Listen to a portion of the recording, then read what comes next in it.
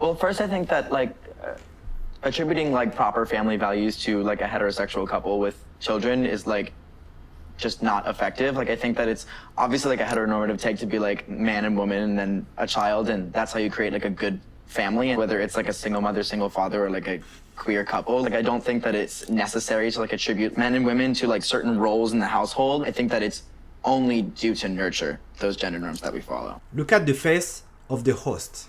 He just can't believe what he just heard. It's only due to nurture. Does this guy even read anything? Does this guy know anything about science?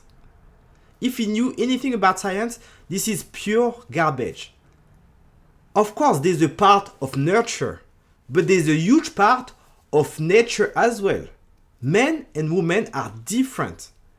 It's been quite well documented in the social science, in the evolutionary psychology book, pretty much everywhere. Everyone that wants to know the differences, feel free to watch this video. But it's very clear that men and women are different. So this guy, this queer guy, is regurgitating everything that he has learned, everything that he has been brainwashed with. You can replace this guy with another social justice warrior and they are going to say the very same thing because they don't really think for themselves. When you think about it, it's very clear and it's evidence-based that a kid is raised better by both of his biological or her biological parents. It's been proven for sure. Now, when it comes to single parent household, mothers try to do a good job, but on average, fathers do a better job at raising their kids in terms of single mother versus single father. And now the next part is that if you have to raise a kid needs both of masculine and feminine role models.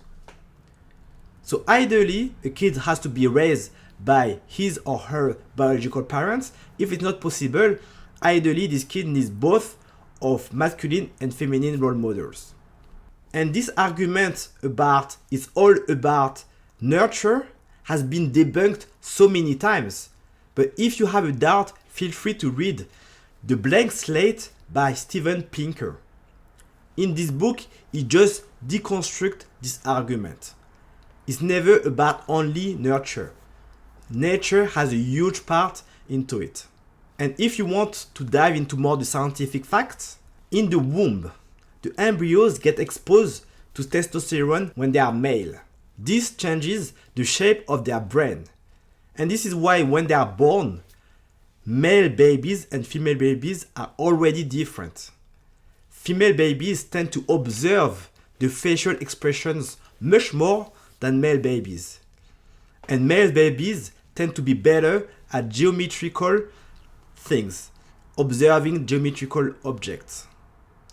And even when they are babies, female babies are more attracted to people, and this is also one of the reasons girl babies tend to speak much earlier than boys, and boy babies tend to be attracted to things much more.